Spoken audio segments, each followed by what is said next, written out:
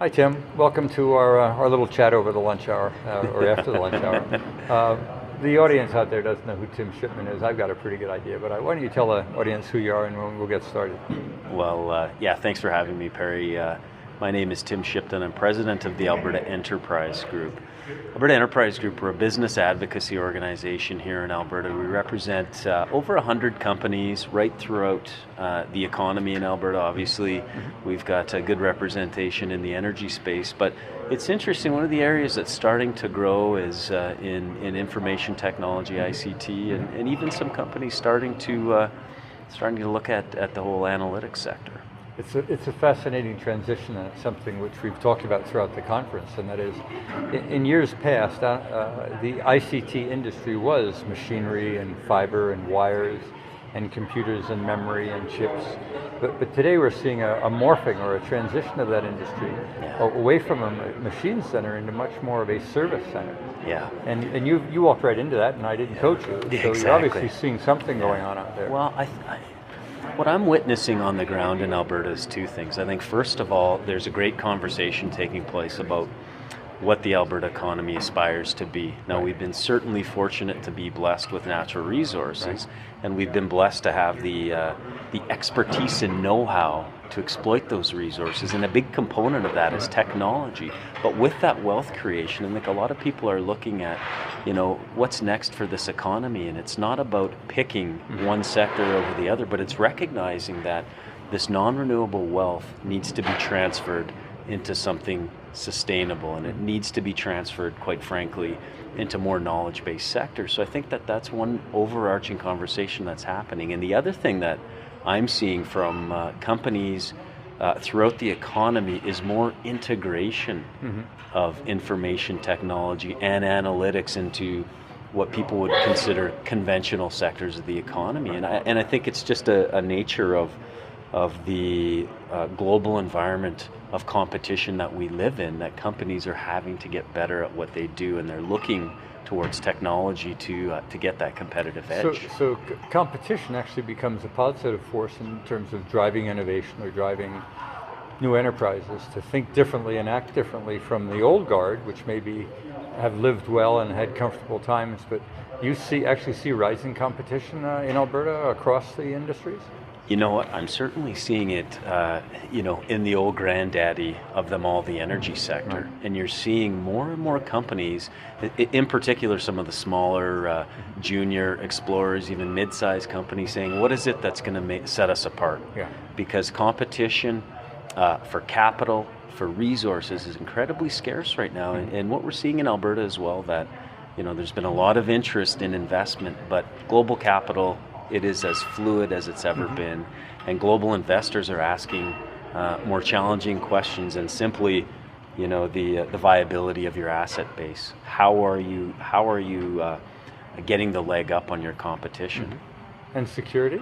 It seems to me that the world has said, whether or not it is Alberta or Canada in general, you have some features that you may not appreciate are of value in this world, and one being your lifestyle, your security. I mean, we know we've got capitalization issues, and that we know we need foreign investors because we don't invest in our own society maybe as much as we should.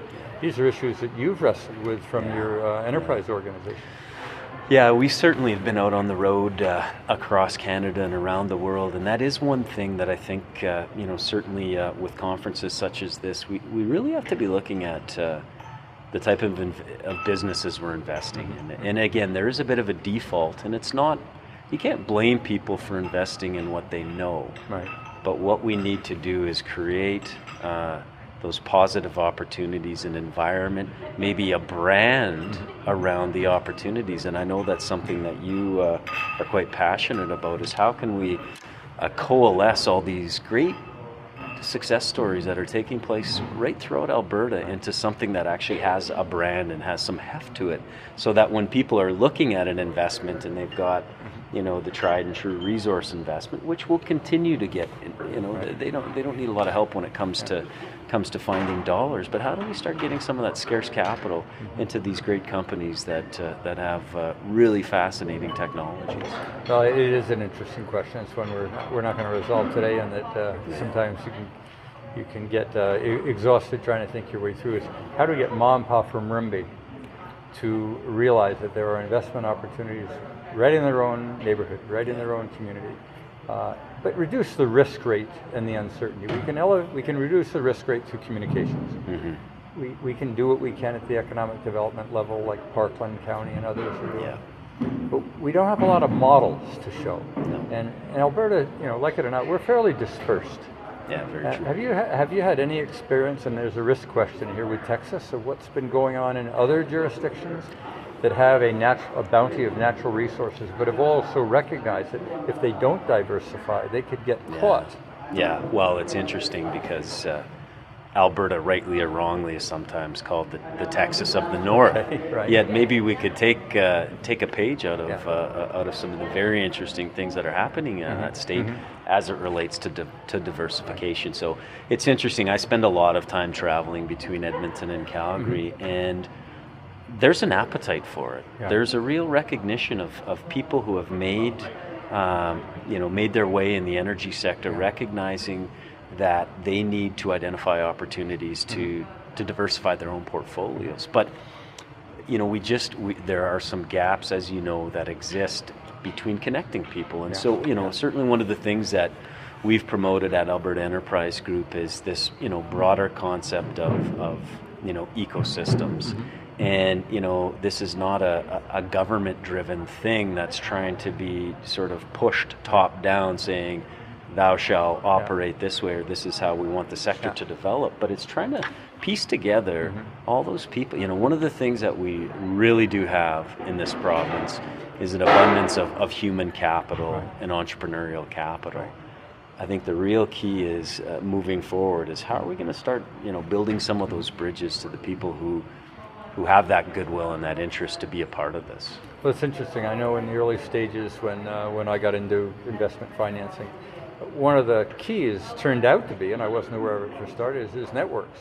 Yeah. And the power of the network wasn't just the comfort level of having people of like mind or of like needs, but to realize that how much that network has available in money, marketing, management, manpower, moxie, mergers, marriages. That's not product.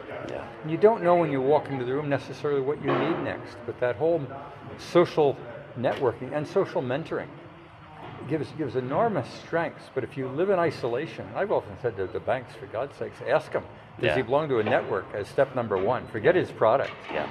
And I think you're echoing that similar sentiment. You know what, that's a very good point, because at the end of the day, in particular with startups, obviously capital is always the search for capital to survive, to keep the big idea moving forward is critical. But at the end of the day, what's needed more than anything is mentorship and networking and bouncing ideas off of one another. And you're absolutely right that if you're not out there engaged, and certainly some of the flow of capital, I think, is a bit disconnected from what's happening on the ground. So I think that's why, again, certainly we've seen it in our group that the most organic positive that has emerged is people getting to know one another. So business leaders and entrepreneurs telling each other their story, and deals flowing from it. So you're reinforcing a principle which has come up several times today, which is that knowledge without relationships may have no value. It's that building of those relationships through your marketing, through your suppliers. It's not this and asking for the handout, it's this handshake, the building of trust, and then the capacity to grow often together, or even the concept of merging, of small companies merging as a bulk up, but as a growth strategy. And that's not something we've seen a lot of in the early stages. Well, you're absolutely right, and it's a challenge, obviously, for a lot of startups, because you're head down, backside up, trying to put milk in the fridge. Put milk in the fridge, but and I think we're in early days with a lot of this, and so I think that's why opportunities, such as this conference, to get together and sort of pause, right? I think that's the other thing that we don't do enough of, is sort of just take a pause and take a look at what's happening around us. And certainly the business owners and entrepreneurs that I deal with on a regular basis, it is less about the check as it is about the relationship, and people are looking for partners that they can trust and build something with. And that is as true for a company with 0 employees as it is for a company with 1,000 employees, is that foundation to grow. So again, piecing this all together, funding is one thing, but it's all that support that happens along the way to get to where companies want to go. You brought not the concept, but you raised the specter of government in all of this. There are certain parts of the world where government is the driver. The government picks the winners and the losers, and the government moves on. In North America, independence and free enterprise is our romance. And yet there's a role for government here. Is government upset with organizations like your own and the ABC Techs of this world, which in some ways are trying to help government stay out of the business? Yeah. But if we're not successful, they're all the only alternative you really got. So you sit there in a stall begging government to come in and solve the problem for you, or you get out there 24/7 and you put your life's energy and blood and savings into growing a company to keep government out of the business. Yeah. And yet there's probably a balance in here overall. Yeah, I would, that again, that's sort of at the crux of some of the very big conversations taking place. And, I think the very nature, certainly in Western Canada, I do think there is a spirit of, entrepreneurship and sort of independence that just give us the ability and give us the environment to succeed, and we'll do what we can. I would agree, but I'm going to challenge ingenuity. Something. I don't think we understand time. I think we are very patient. If I'm working in Taiwan or working in Asia, they are moving like that. Yeah, very true. They are making judgments. And the speed at which they move, and our ready, aim. There is a sense over there of competition, of the joys of life, of moving and expressing energy. I run into way too many people that when you say, "How are you?" "I'm busy, how are you?" And I'm thinking, are they mission-minded or are they just busy? Yeah. Are they equating their value with the fact that they said to me, "I'm busy, therefore I'm the value"? You're absolutely right, and that's, I guess, the part of the broader Canadian way of this cautious, incremental growth. Yeah. And that is exactly, you spend any time in some of these emerging markets, and it's almost like there's been a bit of complacency that's crept in, certainly in North America, that we've had prosperity for such a tremendous amount of time that I almost feel like some of that prosperity is assured, where you have, again, other emerging markets, developing nations where, they want to get things done yesterday. Yeah. And so that is, I will agree with you that if we're not careful as a nation, whether it's moving forward on large, infrastructure pieces to help move things such as our resource base, down to really helping facilitate growth in new sectors, it seems like we're kind of happy with the middle ground. Well, nothing like prosperity to make you lazy. And one of the challenges you have in diversification is why change? Everything seems to be going along well, and we hear the oil sands is a 100-year endeavor, so we just keep on pumping oil as fast as we can, and anybody who doesn't put an hour into helping us harvest while the sun is shining is undermining our initiative. So the selling of the concept of diversification as an insurance strategy is not easy. It sounds good, it's got a good rhythm to it, but when it comes to votes, etc., most people are voting based on what's happening today. Yeah, well, you're absolutely right. When the rubber hits the road, people can believe in the concept, but are they willing to invest with their feet and their dollars? I am reminded of the old adage that the Stone Age didn't end for lack of stones. And so, as a resource-producing nation, as a resource-producing jurisdiction such as Alberta, tied to one asset base, I do think that we're creating a tremendous amount of risk by not more vigorously pursuing diversification. What excites me is I don't think youth are reading the old textbooks. I think there's something going on within Alberta youth. They're saying we're going to think differently. And we're not afraid of change. We're still young. We're not putting a great deal at risk at this point. But what I see in analytics, I look at this special report we just finished, and the number of companies that have shown up just in the last 2 years of jumping into the analytics service business, they're all risk takers. Yeah. I don't think they're naive. I know the fact that they worry about milk in the fridge on Friday or payroll. They're patient, but they're rocking. Yeah. And they rock with a certain speed and a certain impatience that's exciting. Well, they're going to win and they're going to lose. There's going to be winners and losers, and there'll be failures. Exactly, and But that's they'll get business, up again. That's the bottom line of business. That some of your obviously some of your biggest lessons are learned from your failures. Well, that's when you learn, is when you make a mistake. But it's interesting about young people. I would say that it's our young people obviously are going to be what make or break any jurisdiction, and we are so fortunate to have young people who are connected to the world like never before. So you talk about textbooks, exactly. They're not even looking at the text. It's not. Paper is yesterday, right? So. Well, and it creates a lot of uncertainty among some generations of watching that generation and saying, well, they will inherit or this new earth that they're playing with, but they move data at the speed of light. Yeah. Their trusting relationship is a whole new model of who they trust and who they don't trust. Yeah.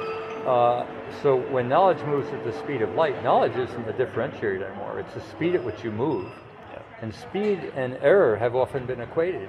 And now the market's saying, no, speed is a differentiator. There's value there. If you can bring me information faster than my competition, you got it. The guy who, going to Hong Kong for several centuries ago and had his observer at the top of the mast to see what was being sold in Hong Kong and had a strategic advantage when he arrived, had foresight. Well, thank you for bringing your foresight. I'm getting a signal here that we're coming to an end, okay. So I'm going to thank you, Tim. Oh, thank you very much. I look forward to more opportunity in the future. We say an awful lot of yes back and forth. We'll have to figure out where we've got some points of disagreement, but I appreciate your respect for diversification in Alberta's future. Thank you.